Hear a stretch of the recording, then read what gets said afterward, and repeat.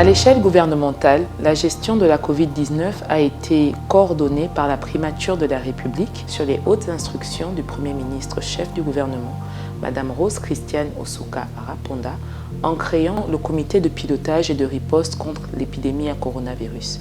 Cette entité gouvernementale avait 3 fonctions.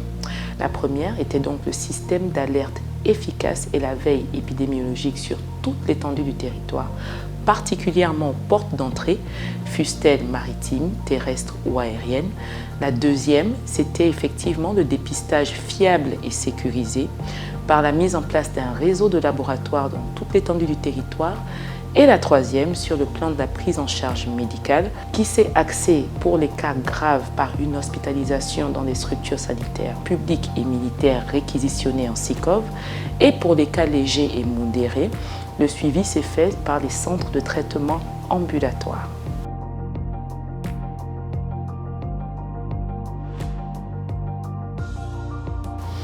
Parmi les améliorations les plus significatives, nous avons premièrement sur le plan diagnostic l'installation de laboratoires PCR sur toute l'étendue du territoire.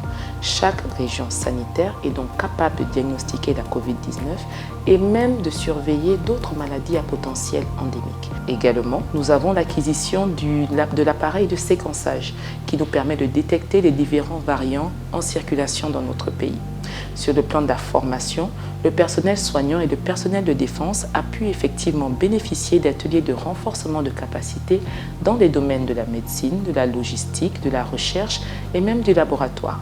Enfin, sur le plan médical, nous avons vu un investissement colossal qui a été généré par le gouvernement en vue d'acquérir des médicaments et autres matériels de protection pour la population à titre gracieux.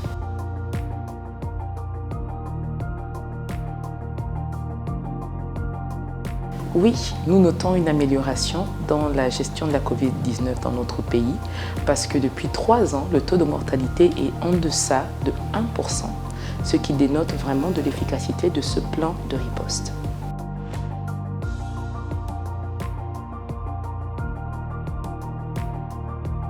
La prochaine grande étape dans ce processus d'amélioration a déjà été mise en œuvre par le président de la République, chef de l'État, son Excellence Ali Bongo Ondimba, par la création du Centre des opérations des urgences en santé publique au Gabon.